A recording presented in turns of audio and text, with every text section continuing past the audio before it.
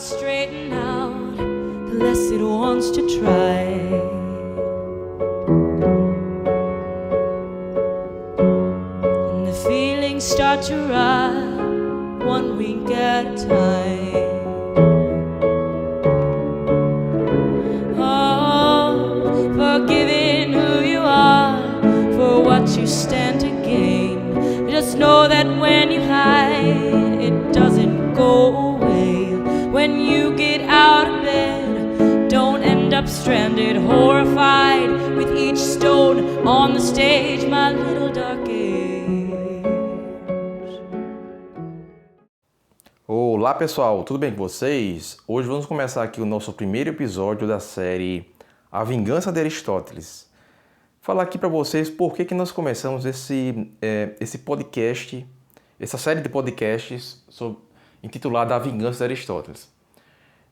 Tudo tem indiretamente a ver com aquele primeiro vídeo em que comentamos sobre a visão filosófica do Hindenburg Mellon, tido aí como o homem do maior QI do Brasil, né? Mas eu comentei naquele vídeo que eu estava até com preguiça de gravar aquele vídeo, inclusive o vídeo dele deu 1 hora, porque são tantos temas ramificados que você acaba meio que se perdendo, né?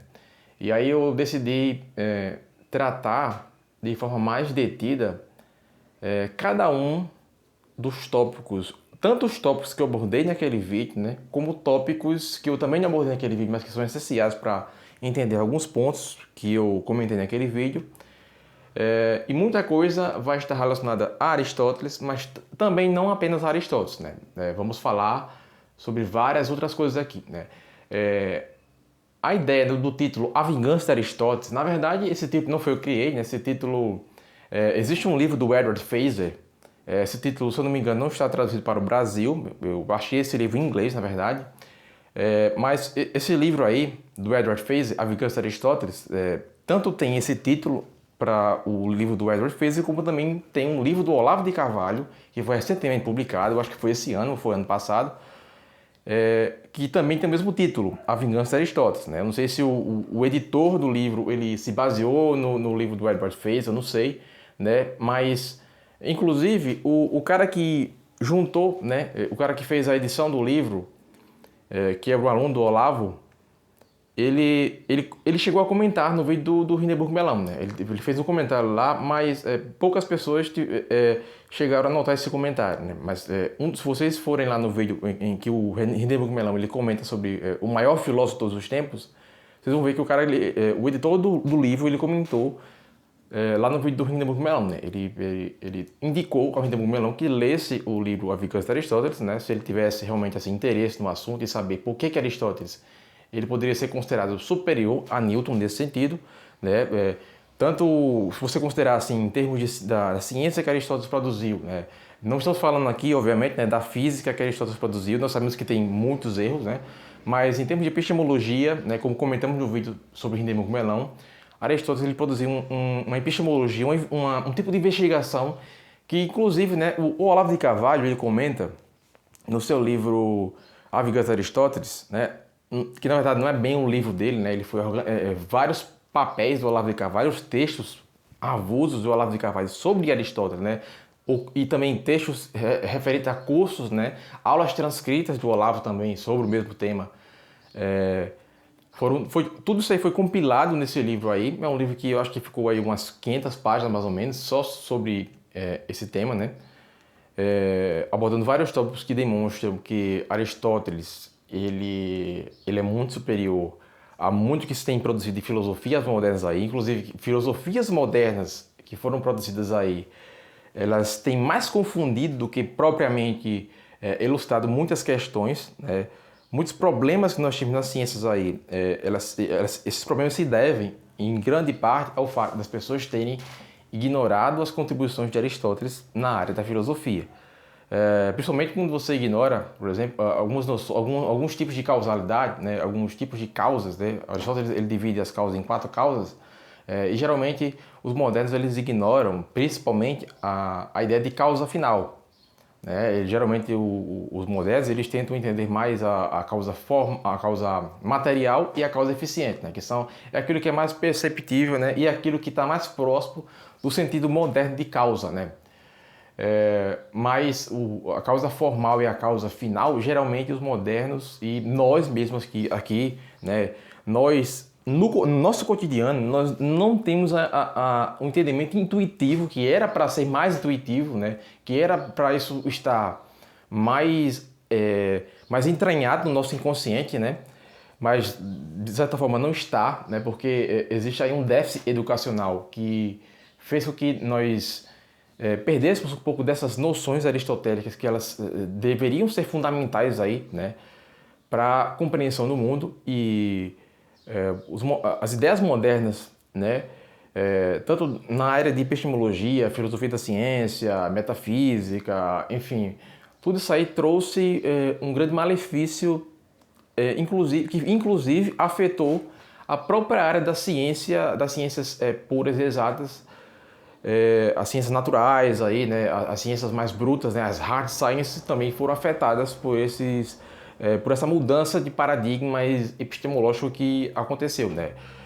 De certa forma, o Edward Feser, tanto o Edward Feser também o Olavo de Carvalho, e aqui, pessoal, quando nós citamos o Olavo de Carvalho, né, entenda o seguinte, né, não é o Olavo de Carvalho em si, né, porque na verdade Olavo ele tem algumas ideias originais sobre Aristóteles, né, como a teoria dos 4 discursos, mas sobre essa questão da vingança de Aristóteles, isso é uma expressão que não foi inventada por ele e nem propriamente pelo Edward Feser, foi mais uma expressão que foi inventada ali mais ou menos após, né, quando houve a transição quando nós passamos da modernidade, né, quando a física quântica ela começou a se popularizar um pouco mais, né? E alguns, tanto, assim, não só filósofos, mas também físicos, por exemplo, como o Heisenberg, né, começaram a dizer que muitas pessoas não tinham dificuldade de entender física quântica porque também não entendiam Aristóteles, né? E passou-se a dizer também que o Aristóteles, de certa forma, ele teve meio que uma vingança, né? Houve essa revolução aí. E aí o que acontece, né? De certa forma, atualmente, e é muito interessante perceber isso, né, que tanto houve uma retomada dos conceitos de Aristóteles, uma retomada consciente ou inconsciente, porque muitas vezes eles não sabem, né, eles ignoram Aristóteles, eles subestimam Aristóteles, sendo que muitas vezes eles estão reproduzindo coisas que Aristóteles, noções aristotélicas sem saber, né, eles respeitam Aristóteles sem saber muitas vezes, né, eles ignoram, mas respeitam sem saber, e muitas vezes alguns até entenderam isso, né, alguns estudiosos, né, entenderam isso, mas ao mesmo tempo que houve uma retomada de certas noções aristotélicas na modernidade, após o abandono aí do paradigma do mecanicismo matemático do Newton, né, após isso daí houve uma certa retomada, né, e consideraram aí que houve meio que uma vingança de Aristóteles nesse período, mas ainda há algumas coisas, né, alguns buracos ainda que não foram muito bem preenchidos porque, de certa forma, se abandonou muitas noções aristotélicas que seriam fundamentais na modernidade aqui, né. O Olavo mesmo, né, o Olavo de Carvalho, ele chega até a comentar, né, que você pega, por exemplo, o Karl Popper. O Popper, né, eles se enganaram, né, tanto o Popper como alguns filósofos da ciência aí, eles cometeram alguns enganos quando eles tentaram, de certa forma, ignorar um pouco, né, embora que eles, de fato, assim, muitos deles leram Aristóteles. O Popper, ele leu Platão, né, mas segundo o Eric Weger, ele leu Platão muito mal. Aquela questão do Popper com Platão mesmo, dele achar que Platão seria um dos inimigos da sociedade aberta, é uma coisa que eu também já tentei analisar essa questão. Eu acredito que eu concordo muito mais com Eric Weger do que com o Popper, propriamente dito, mas a respeito do Aristóteles, existe algo no método popperiano, né, assim, o método indutivo experimental de Bacon, Newton, naquela época, né, o método de Aristóteles, ele tinha uma coisa que era um pouco mais sofisticada ainda do que o método de Bacon e Newton, né? Porque Aristóteles ele considerava conjecturas e refutações, né? Assim, Aristóteles já estava lá atrás, ele estava mostrando como é que a ciência, né, ela tem que funcionar com hipóteses, com intuição, né? Aquele jogo de cintura, de como a mente funciona, né? Como a mente consegue dar conta dos fenômenos, né? E o que é que acontece, né? Aí entra na modernidade a física quântica, né? E nós temos aquele rebuliço, né? Nós temos que assim tentar botar em circulação um novo paradigma que era diferente do mecanicismo do século XVII do Newton aí, né? E aí o Hef, né? Eu acho que é Hef o que se pronuncia, Riff ou Hef, né? Aquele trema no O, né? Igual o Kurt Gödel, né? Eu acho que eu não sei pronunciar nesse idioma exatamente, mas enfim, eu acredito que o nome do autor é Hef, né? Ele disse que a física moderna ela é mais Aristóteles do que Newton, né? Ela é mais aristotélica do que newtoniana. Ou seja, quer dizer assim, 1600 anos depois, né? Nós tivemos aí, na época de Newton, a implantação de um mecanicismo que ele estava muito mais para Platão do que para Aristóteles. Ele era uma espécie de platonismo, um neoplatonismo ali, que muitas pessoas não perceberam, né? E quando eu falo que não perceberam, até porque assim as influências de Newton, de Cambridge, por exemplo, eram influências claras aí, né? Ele foi claramente influenciado por neoplatonistas aí, né? Se não me engano, tem um volume aí do Otto Maria Carpo que comenta um pouco dessa influência, né? Ou seja, um livro de literatura, até mesmo o Otto Maria Carpo chegou a comentar sobre isso, né? E o Newton ele recebeu influências neoplatonistas, né? É claro que assim, ele tinha um método experimental também, né? Mas essa coisa de matematização da realidade, em certo sentido, né, o Newton ele está tentando entender coisas ali que muitas vezes você não vai conseguir ver nos experimentos, né? Muitas vezes você não vai conseguir confirmar nos experimentos propriamente ditos, né? Ou seja, essa coisa de você confiar mais numa ideia, né? Essa coisa, por exemplo, de leis da física, a ideia de que existem leis da física, essa é uma crença nos universais. Para quem chegou a ver, né, um pouco do debate aí entre o nominalismo, realismo, conceptualismo aí durante a Idade Média, modernidade também, né? Você tinha aí alguns autores como o Guilherme de Ockham, né? Foi um dos grandes autores aí, o cara lá da navalha de Ockham, né? O que é que os nominalistas pensavam, né? Eles pensavam que os universais eles não existiam fora da mente, né? E essa ideia de que existem leis na física, de certa forma, é uma ideia que confirma o oposto do nominalismo, né? Uma ideia que defende que os universais eles existem fora da mente. Ou seja, essa ideia de que existe essa existência dos universais, né? Embora que ela não seja totalmente platônica, ela tem uma raiz platônica aí, né? Tanto é que se atribui a essa corrente de pensamento de realismo platônico, né? Embora que para muitas pessoas pareça até paradoxal você conceber algo platônico como realista, de fato, quando você coloca a perspectiva filosófica, né, quando você aborda o realismo filosófico ele é considerado algo de vertente mais platônica do que nominalista, né? E aí o Aristóteles ele vai ser meio que uma mistura dessas posições, né? Ele vai ser um equilíbrio, uma posição um pouquinho mais equilibrada, não exatamente tão equilibrada assim, né? Porque o Aristóteles ele pende muito mais para o realismo platônico do que o nominalismo. Na verdade, a postura equilibrada aí seria o conceitualismo, né? Que o Guattari fez, ele vai mostrar também muitos equívocos no conceitualismo, tanto no conceitualismo como no nominalismo. Mas existem essas noções aí. O que se entende por realismo no dia de hoje, inclusive, tanto realismo na ciência, na filosofia, como realismo na literatura, enfim, em vários âmbitos daí do saber, muitas pessoas têm uma noção de realismo que está mais atrelada a empirismo, né? Mas eles perdem de vista a ideia de que esse realismo que se concebe por aí, ele tem muito mais viés platônico, né? E aí o Newton ele tinha um certo viés neoplatonista, muito mais, por exemplo, do que o Bacon, né? Já explicamos isso aí em outro vídeo aí, né? No vídeo original que eu comento sobre o Hindenburg Melão. Mas por quê? Porque o mecanicismo do Bacon, diferente do mecanicismo do Newton, ele não era um mecanicismo matematizante, né? O Bacon ele achava que para tudo teria que ser feito um experimento individual para aquilo ali, né? Então, ou seja, não se tinha bem definido ali a ideia de uma lei, assim, poderia-se até definir uma lei, mas não tanto no sentido tão exato, absoluto e matemático como Newton pensava, não, como Newton concebeu, né? Você achar leis universais que seriam seguidas assim e se repetiriam, né, de forma constante na natureza, né? E com previsibilidade absoluta, né? Com previsibilidade matemática absoluta aí, né? E o Bacon não tinha esse mesmo mecanismo, o mecanismo do Bacon era totalmente diferente do Newton nesse sentido, né? E é o que acontece, né? Quando entra a física quântica, né, faz aquele rebuliço, né?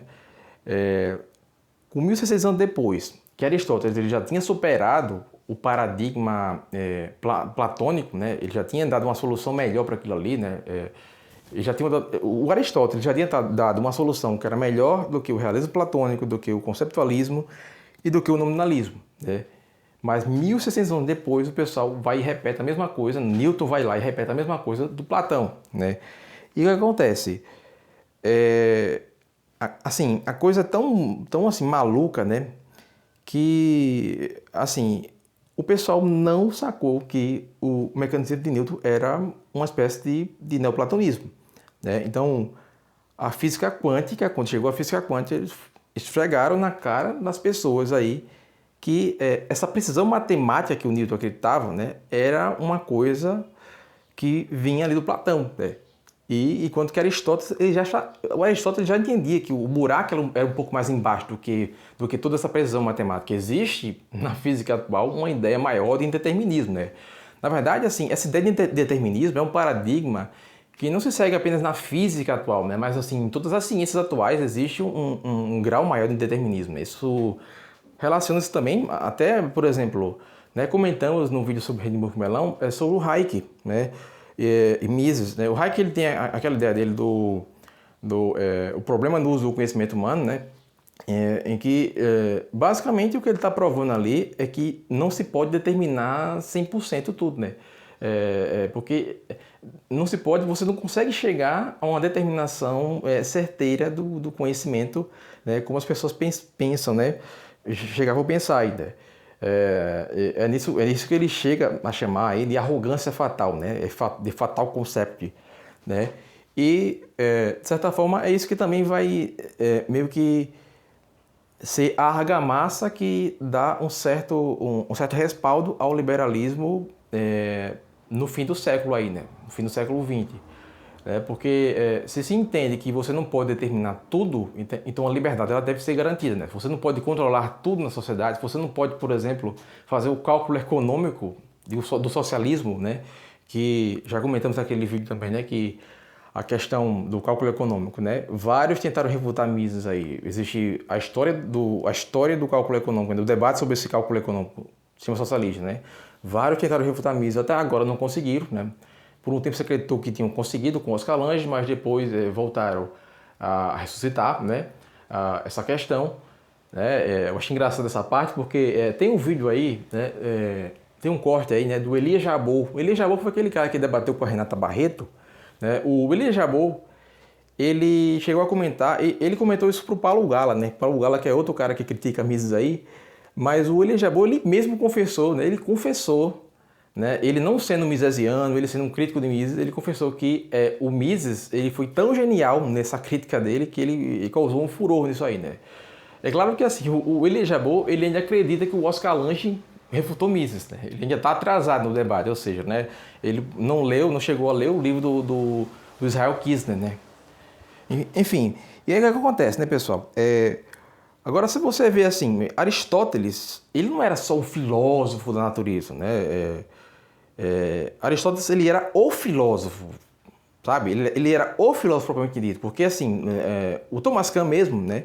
Ele fala que o movimento que Aristóteles descreve não é aquela coisa chata de espaço, quantidade, não. O Thomas Kuhn ele vai mais fundo nisso aí, ele mergulha nas questões mais qualitativas, né? O Aristóteles ele abordava o movimento no sentido mais qualitativo, não apenas quantitativo, né? O Aristóteles foi muito mais na essência da coisa do que o Newton, né? E aí o que acontece, né? E exatamente aí que se concretiza a vingança aristotélica, né? A vingança aristotélica vai mostrar suas garras aí. Porque todo mundo que achou que podia ignorar Aristóteles, na verdade só estava batendo cabeça aí no mundo de ilusões mecanicistas, né? No mundo de uma ilusão mecanicista que morreu ali no século XVII com Newton, né? Que depois foi abandonada, né? Que atualmente não se concebe mais as ciências, nem mesmo as hard sciences, nesse sentido, né? E aí o que acontece, né?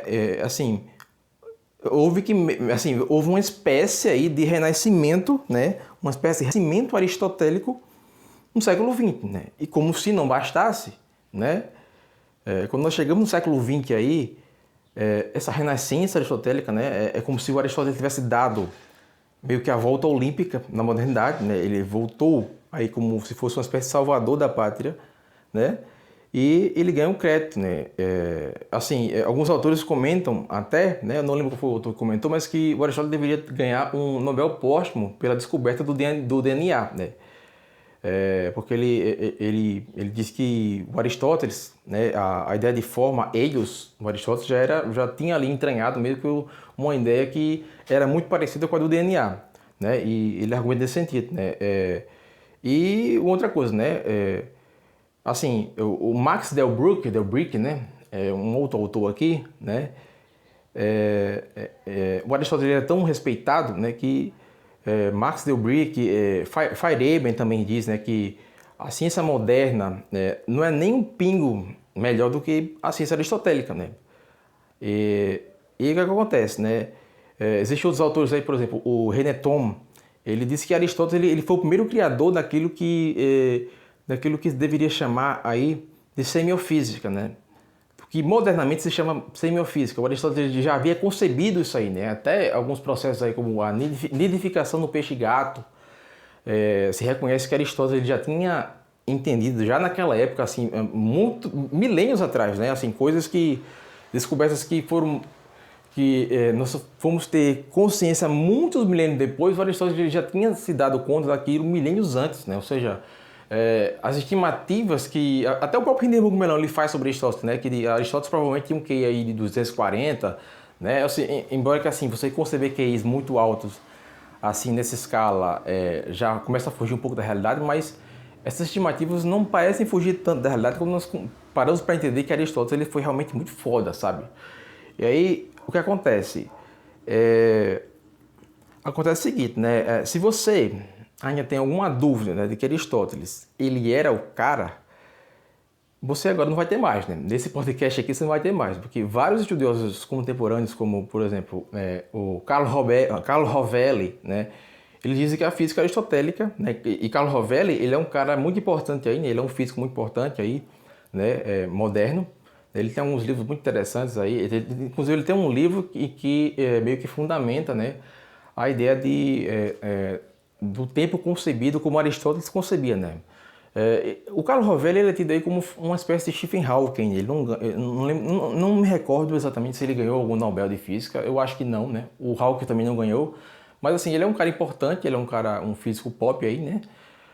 Não pop no sentido de que ele é aquele físico mainstream que não tem gabarito, né? O cara é bastante gabaritado. Eu já li um livro dele, né? Sobre o tempo, né? Basicamente, ele infunde ali a ideia de que o tempo, como concebido por Aristóteles, ele é muito mais próximo, né? Do que se realmente entende modernamente como tempo na física, né? E assim, o Carlo Rovelli ele diz que a física aristotélica ela continua muito mais viva do que nunca, né? Porque para começo de conversa, né? Algumas observações que o Aristóteles ele faz lá na Grécia Antiga foram confirmadas na ciência moderna aí, né? Eu já citei aqui, por exemplo, a nidificação do peixe-gato, né? A reprodução do polvo, a questão da esfericidade da Terra também, né? Já naquela época, Aristóteles já sabia que a Terra era redonda, né? E é uma coisa assim que eu acho até interessante, porque existe muito essa acusação, né, que fazem o Olavo aí, né, que o Olavo é terraplanista. Na verdade, o Olavo nunca falou isso, né? Ele falou que ele viu alguns experimentos sobre a planicidade das águas e ele nunca chegou a ver uma refutação formal a isso aí. Existe um texto do Hindenburg Melão, lá no site dele, do Saturno 5, né? Eu assinei o site, eu li alguns artigos dele. tem um artigo que ele comenta sobre esse comentário do Olavo, né? O Hindenburg Melon, ele comenta sobre o que o Olavo disse, né? E o Hindenburg Melon, ele cita Aristóteles, né? Ele cita essa prova que Aristóteles deu, né? O Aristóteles, ele abordou essa questão da planicidade das águas, né? Ele abordou essa questão, ele fez cálculos, né? E o próprio Aristóteles, ele chegou à conclusão de que a Terra era esférica, né? Ele abordou, inclusive, essa questão que o Olavo cita, né? Que o Olavo, o Hindenburg Melon, ele comenta sobre isso, né? O Olavo, eu também nunca vi ele citar os cálculos que Aristóteles chegou a fazer nesse sentido, né? Eu nunca vi o Olavo citar isso, né? Mas o Hindenburg Melon, ele chega a comentar nesse texto que ele achou estranho que o Olavo, ele entendia tanto de Aristóteles, mas ele parece que não teve acesso a essa prova que o Aristóteles dá da esfericidade da Terra, né? Inclusive, eu achei muito estranho essa parte também, né? Porque se o Olavo chegou, né? Inclusive o Olavo ele escreveu sobre isso, né? Um pouco sobre isso, né?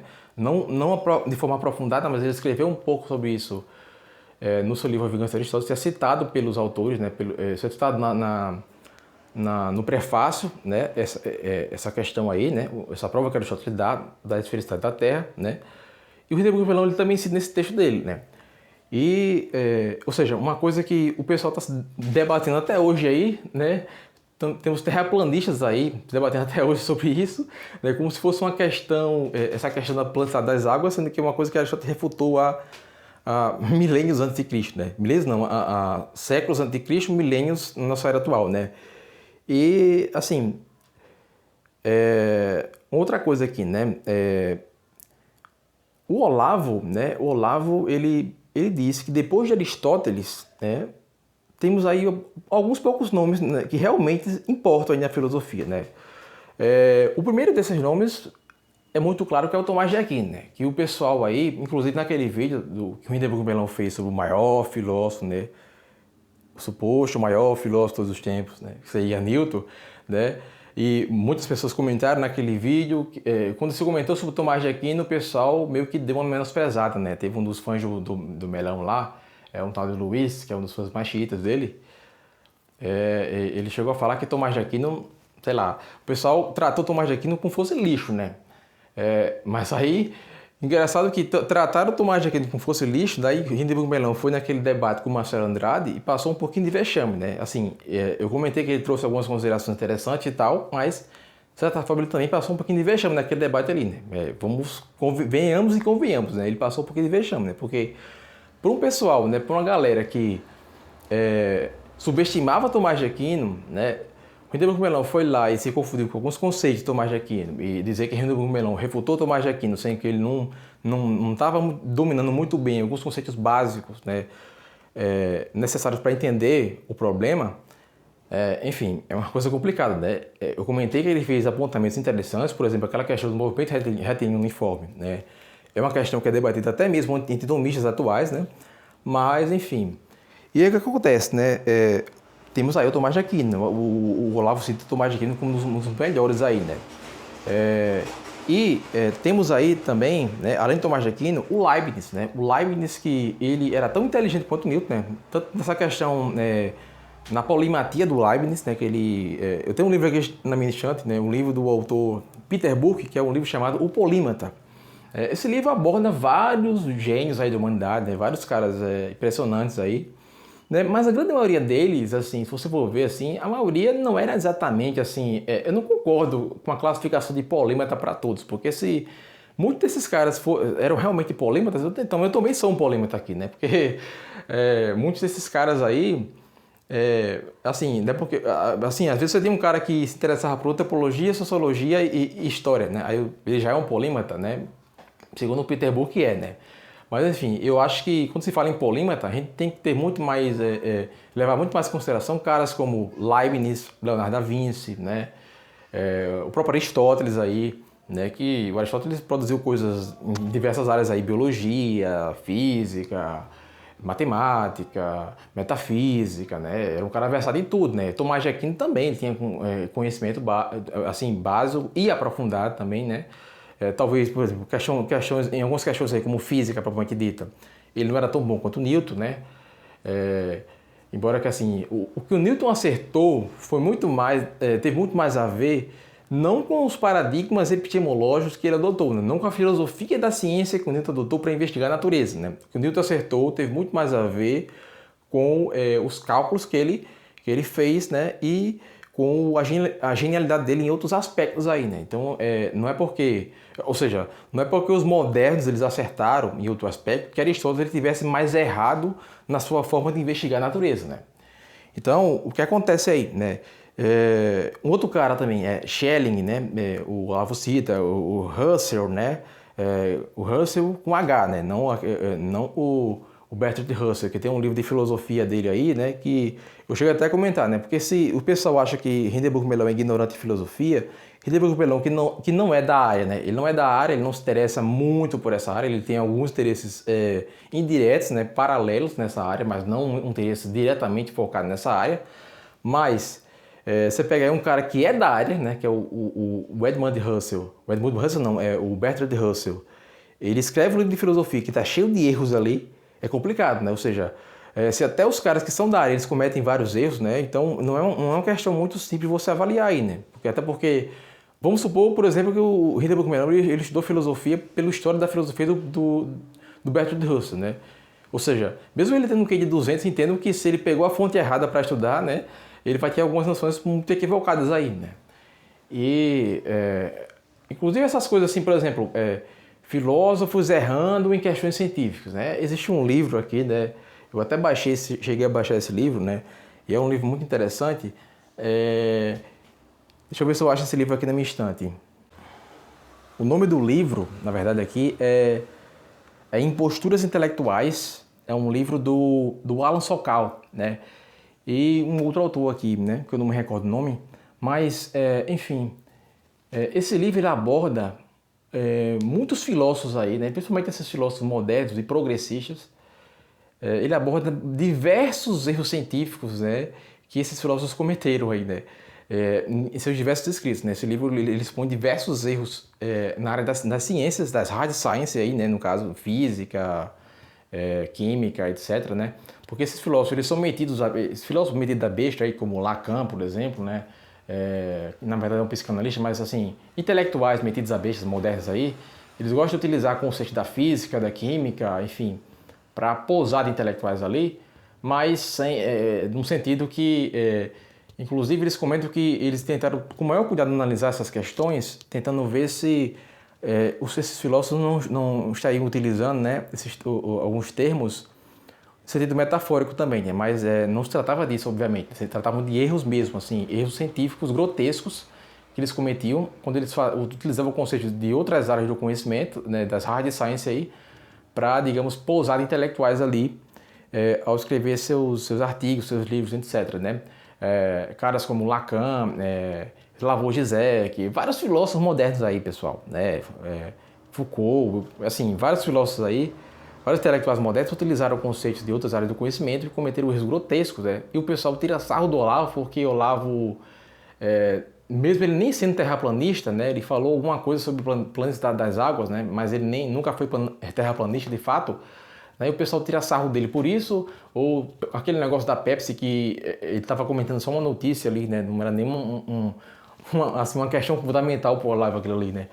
Enfim, o pessoal tira sarro do Olavo por coisas pequenas, né? E ignora erros grotescos que outros intelectuais modernos aí de esquerda e progressistas cometeram aí, né? E assim, passando disso aí, né, também, então assim, o Olavo ele também atribui, né, ao Russell, né, com H, não o Russell com R, um título assim, né, um respeito muito grande por esses filósofos aí, né? E na lista do Olavo aqui não tem o Newton, né? O Newton, existem livros aí que abordam, né? Eu não vou lembrar de cabeça aqui, até porque o nome do livro é em inglês, né? Eu não terminei de ler esse livro, mas só comecei a ler, na verdade. Mas aborda a questão, o envolvimento do Newton com questões aí como alquimia, né? Esoterismo, né? Algumas questões mais esotéricas do Newton, né? Que inclusive foi o John Maynard Keynes, ele viu no leilão alguns escritos do Newton à venda, né? E quando ele deu uma lida naqueles escritos, né, do Newton, ele doou os escritos para a Universidade de Cambridge, né? E aqueles escritos descobriu, né, que o Newton tinha muito mais coisas escritas sobre alquimia e questões esotéricas, até teologia também, mais até do que sobre física, né?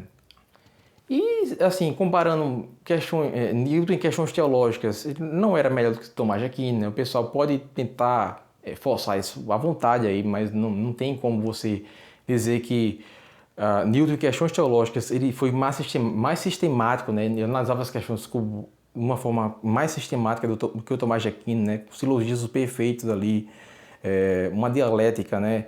Um método dialético muito interessante, né? Que eu não sei se poderia propriamente chamar de dialética atomista, inclusive o Luca Almeida, né, que já citamos aqui, né, comentamos sobre o vídeo dele em resposta ao Hindenburg Melão, né, em reação à análise do debate, né, com o professor Marcelo Andrade, ele comentou que, na verdade não foi nesse vídeo que ele comentou, foi um vídeo que ele estava falando, ele conversando com 9 ateus, né, uma coisa assim, ele falou que era errado até você usar a expressão lógica atomista, né, ou dialética atomista, porque não existia provavelmente algo chamado assim, né.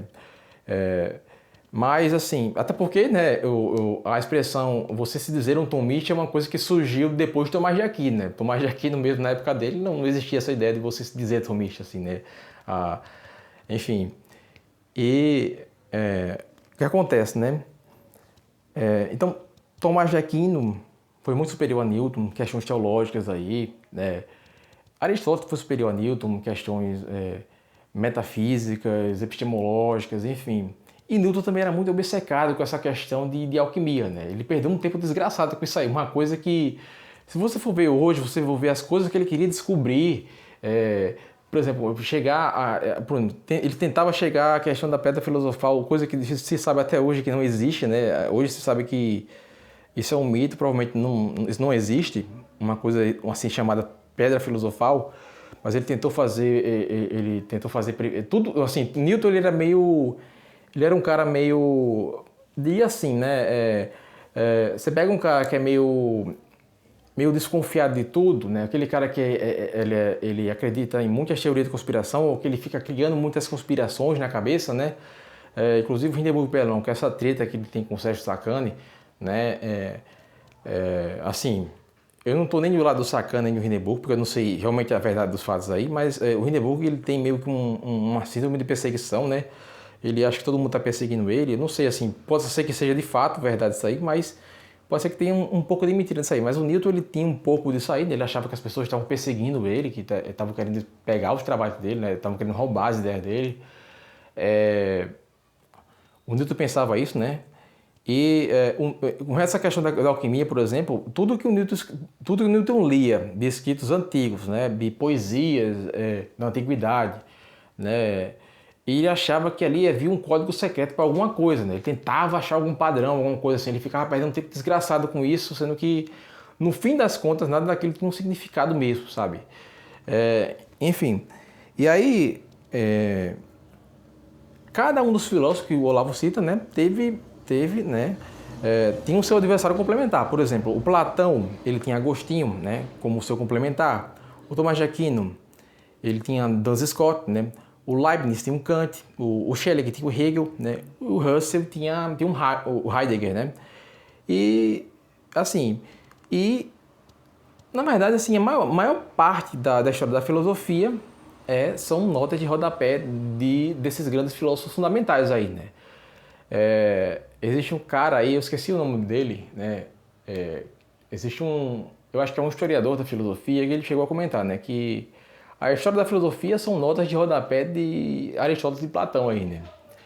E, de certa forma, né, o Olavo ele adicionou esses outros filósofos aí, mas a título de colocar aí uma lista um pouco mais completa, né? Porque a história da filosofia é nota de rodapé desses caras aí, né? E, assim, o Aristóteles, ele era como se fosse assim, ele era um plebeu estrangeiro, né? Ele era um cara, ele não era como o Platão, por exemplo. O Platão, ele era um cara, ele era meio encorpado, né? Ele era, assim, ele acredito que ele era bem vistoso também, né, o Platão. O Aristóteles ele era um pouco mais esquisito, né? Ele era um plebeu estrangeiro, ele tinha um senso de humor mais ácido, né? Ele era mais sarcástico, né? E na alta sociedade ateniense o pessoal não conseguia engolir muito bem, né? Isso aí, né? Ele era baixinho, né? Ao contrário de Platão, ele era baixinho, magricelo, né? Ele se vestia bem, mas ele jamais seria confundido ali como um membro da elite ateniense, né? E mesmo assim ele foi um grande dominador da ciência da retórica na academia do Platão, né? Então, enquanto isso, o Platão ele tinha esse prestígio, né? Platão era praticamente um herói nacional, né? E Aristóteles ele estava lá, né? Ele lutava contra tudo e contra todos, né? Ele não tinha essa reputação que o Platão tinha, né? Ele não tinha um círculo inicialmente ali, né? Ele foi aluno da academia de Platão, ele foi um dos alunos mais brilhantes do Platão, né? Mas naquela época ele não tinha ainda, né? Mesmo quando ele já estava mais avançado, ele não tinha nenhum círculo de discípulos que conseguisse continuar o seu trabalho dignamente, né? Exceto talvez por Teófrasto, que apesar de ele ter dado uma certa continuidade ao trabalho de Aristóteles, ele não foi tão assim inovador, né? Já o Platão, né? O Platão foi genial, ele era um gênio, né? Qualquer pessoa que subestime Platão está totalmente equivocado aí, né? Por exemplo, o Luiz aí, o fanchita lá do Melão, ele disse que Newton era muito superior a Platão, né? Platão estava muito abaixo de Newton, assim, ele enfatizou muito abaixo, tipo assim, cara, como é que você fala que Platão está muito abaixo de Newton se Newton era um neoplatonista, né? Enfim, um neoplatonista, um cara que flertava com alquimia, com, enfim, com coisas esotéricas aí, enfim... ele entendia o mecanicismo, né? Ele tinha um mecanicismo matematizante que era uma questão bem, assim, que era quase que uma numerologia, né? Assim, você considerar isoladamente a contribuição dele em física, assim, é inegável, que é muito importante, ele foi um dos maiores físicos de todos os tempos, né? Mas a base da contribuição dele em física, né? A base em que ele se assentou para fazer essa contribuição era uma espécie de numerologia, né? Era uma espécie de numerologia, né? E que tinha um fundamento platônico ali, né? E aí o que acontece, né? O Platão, né? Ele era um gênio problemático, ele se meteu em algumas conspirações aí, né? E ele foi vendido como escravo. E ele acreditava que o mundo físico estava preso numa rede de leis e proporções matemáticas, né? Daí a semelhança, né, que nós vemos entre o mecanicismo newtoniano e o platonismo, né? Ele acreditava que o mundo existiam leis e proporções matemáticas no mundo, e era isso que formava a estrutura da realidade, né? Só que essa obsessão com números, essa numerologia, né, essa obsessão com números e equações, isso foi algo que fisgou tanto o pessoal da época, né? Penetrou tanto na consciência, né? No consciente coletivo, né? Consciente e inconsciente coletivo, talvez. Não queria usar a expressão do Jung, porque é uma expressão que tem um significado muito próprio, né?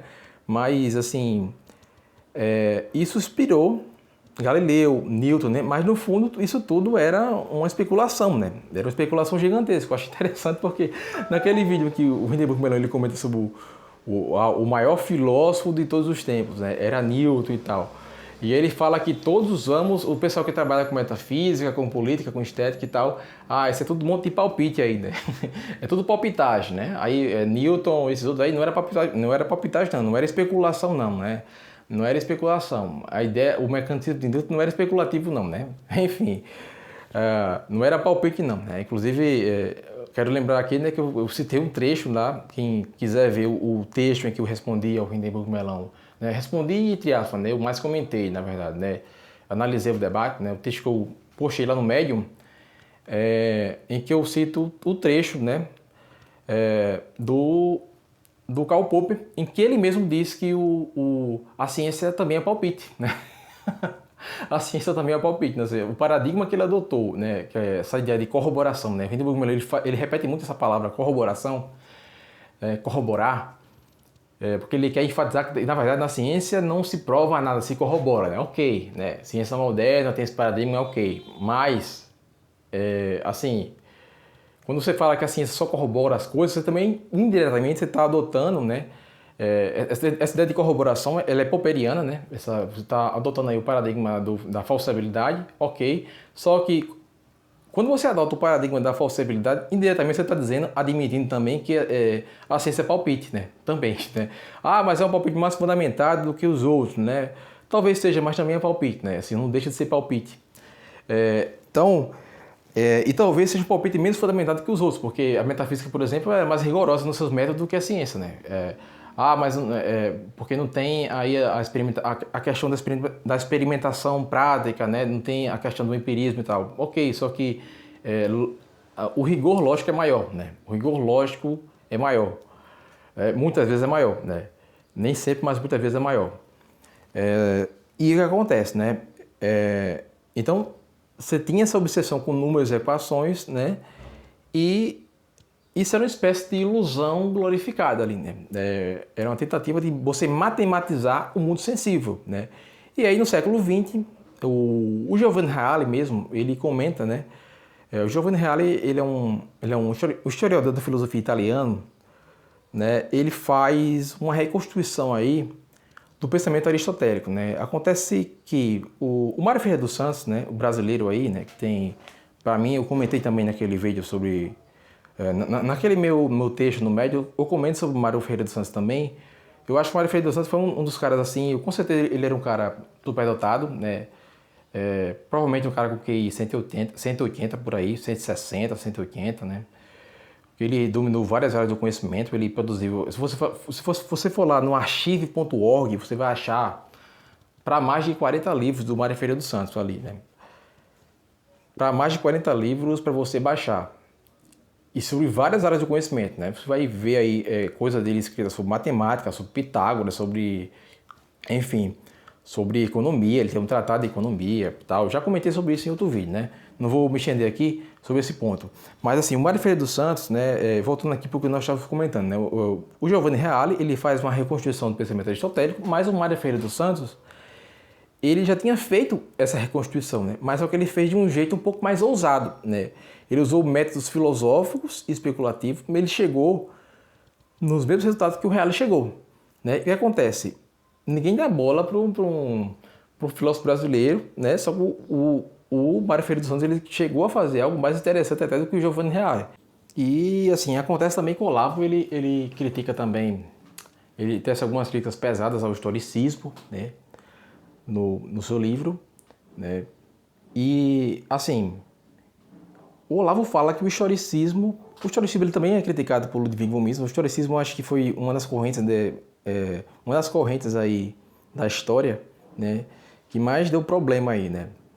O historicismo, ele serve... O Olavo critica o historicismo no sentido que ele entende o historicismo como uma forma de analgésico, né? Queria achar a palavra, né? Uma espécie de analgésico da consciência, né? É como se a gente julgasse o nosso eu de hoje pela medida dos nossos sonhos de infância. E claro que esse julgamento muitas vezes vai ser um julgamento negativo, né? Agora, o problema é que o historicismo, ele permite que a gente escape de confrontar esses sonhos, esses projetos antigos, cortando a vida em alguns pedaços que vão perdendo aí algum sentido de continuidade, né? Como se o passado ele fosse uma baboseira que a gente superou. E isso tudo, né? Essa forma de compreender a história, teve alguns problemas aí que isso causou também na compreensão do próprio Aristóteles como fenômeno histórico, né?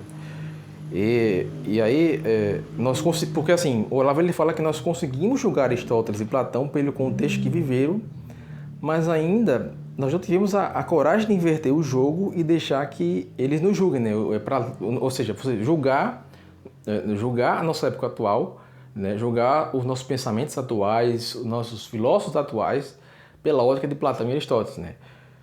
Ou seja, nós fazemos do nosso tempo o juiz de tudo, mas nunca chamamos os antigos para dar uma espécie de veredito sobre o presente, né? E aí o Olavo ele convoca a gente para uma espécie de operação, digamos, deshistoricista, né? Para nós nos desligarmos aí dessa obsessão com o presente, e usando critérios do passado, para tentarmos aí entender o nosso tempo, não o contrário, na verdade, né? Porque, assim, ou você faz isso, ou a gente fica aqui preso numa visão míope, numa visão meio estreita, né?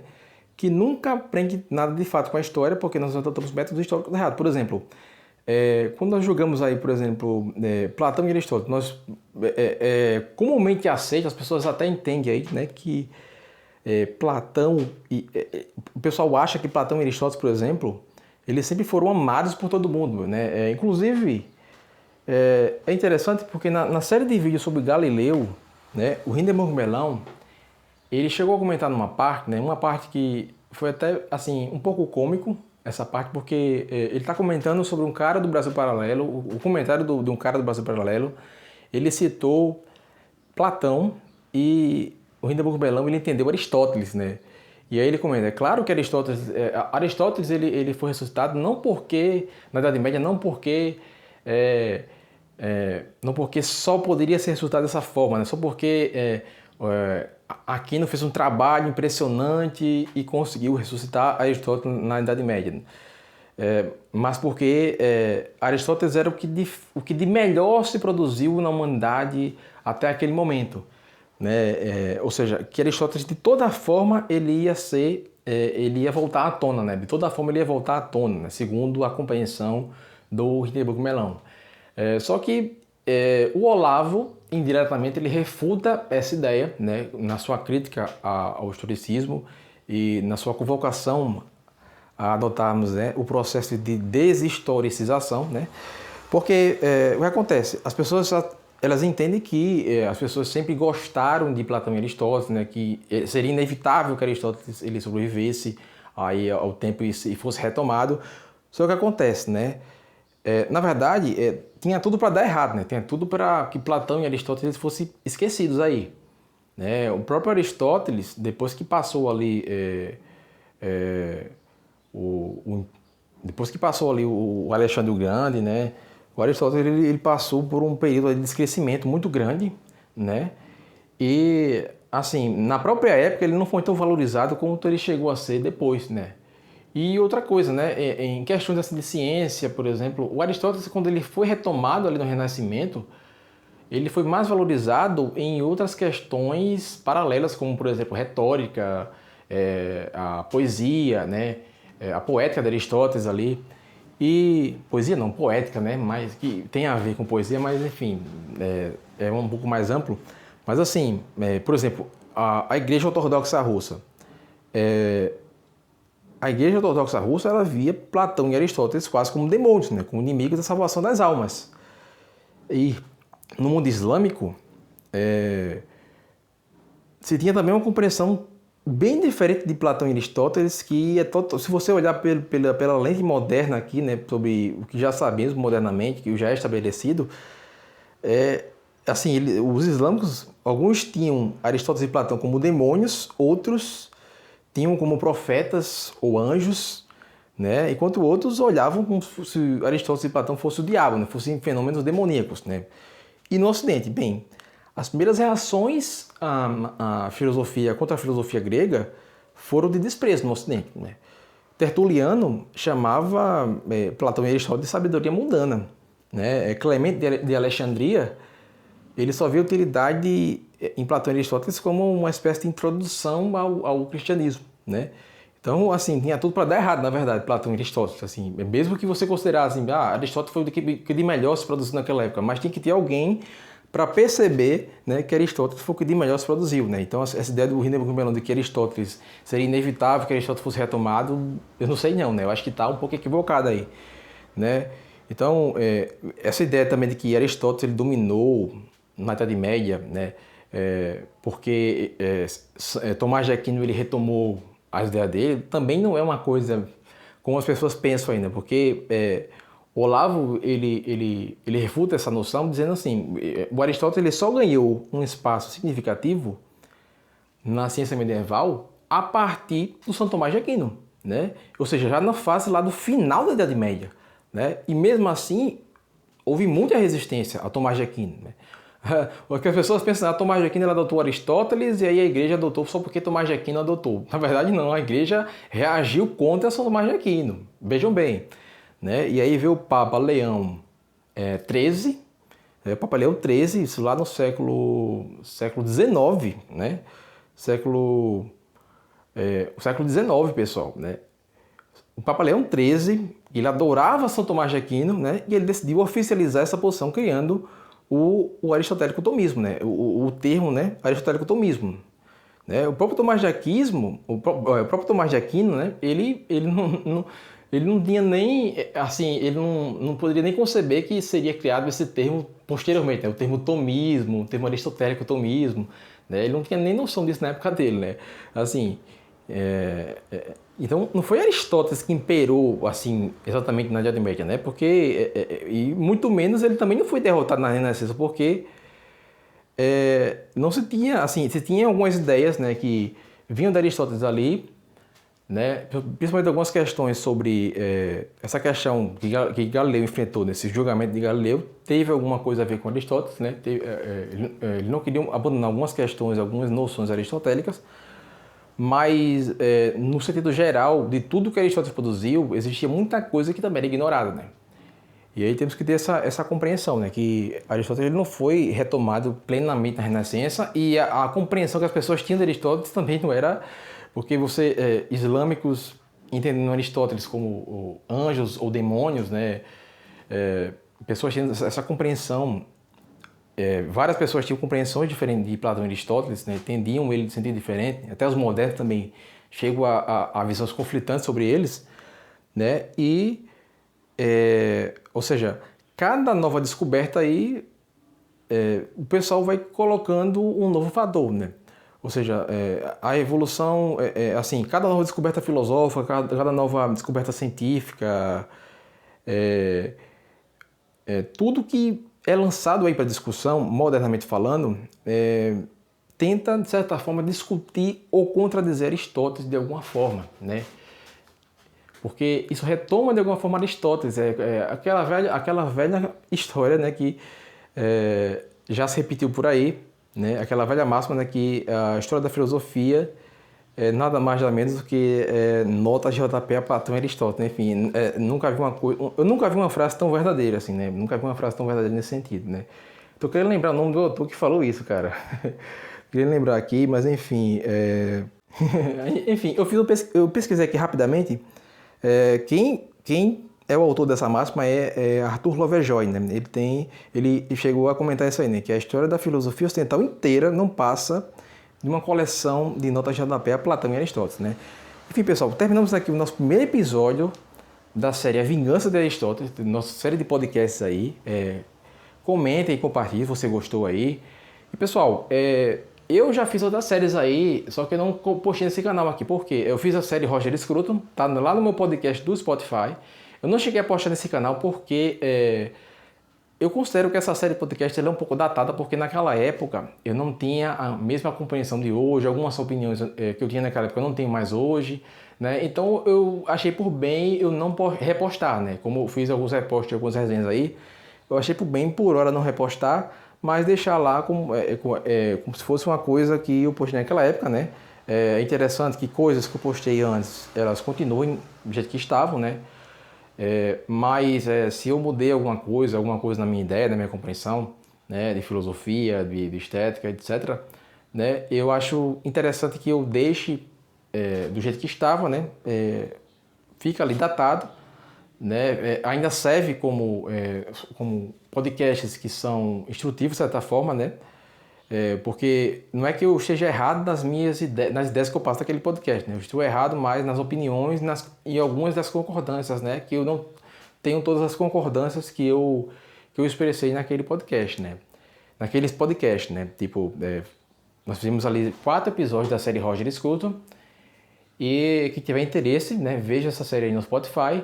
E nós vamos dar continuidade aí, outros dias aí, a essa série Vingança de Aristóteles. Não sei quantos episódios exatamente vai ter, né? E outra coisa, pessoal, nós vamos abordar aqui apenas o que o Olavo de Carvalho comentou, né? Porque Esse aqui do Olavo, eu acho que eu vou me restringir um pouco a esse episódio específico, né?